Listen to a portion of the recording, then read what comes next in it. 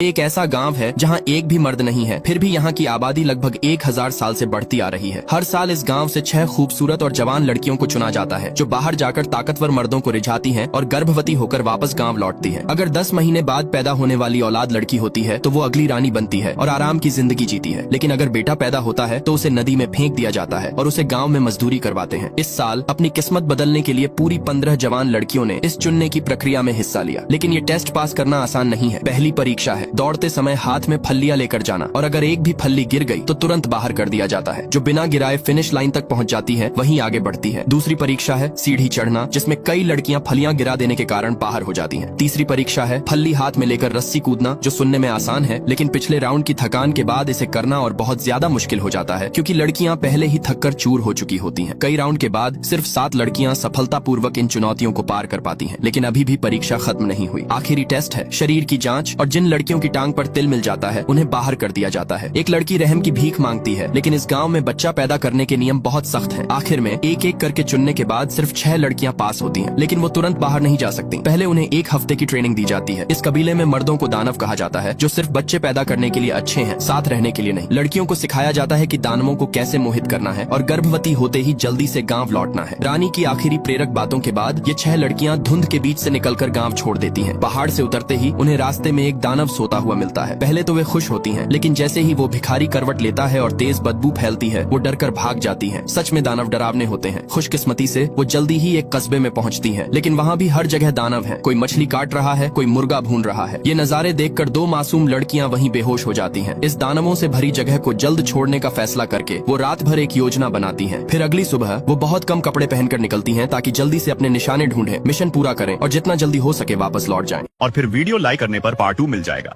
और अगर full movie देखनी है तो कमेंट वाला ऐप डाउनलोड कर लो और पिन वीडियो देख लो।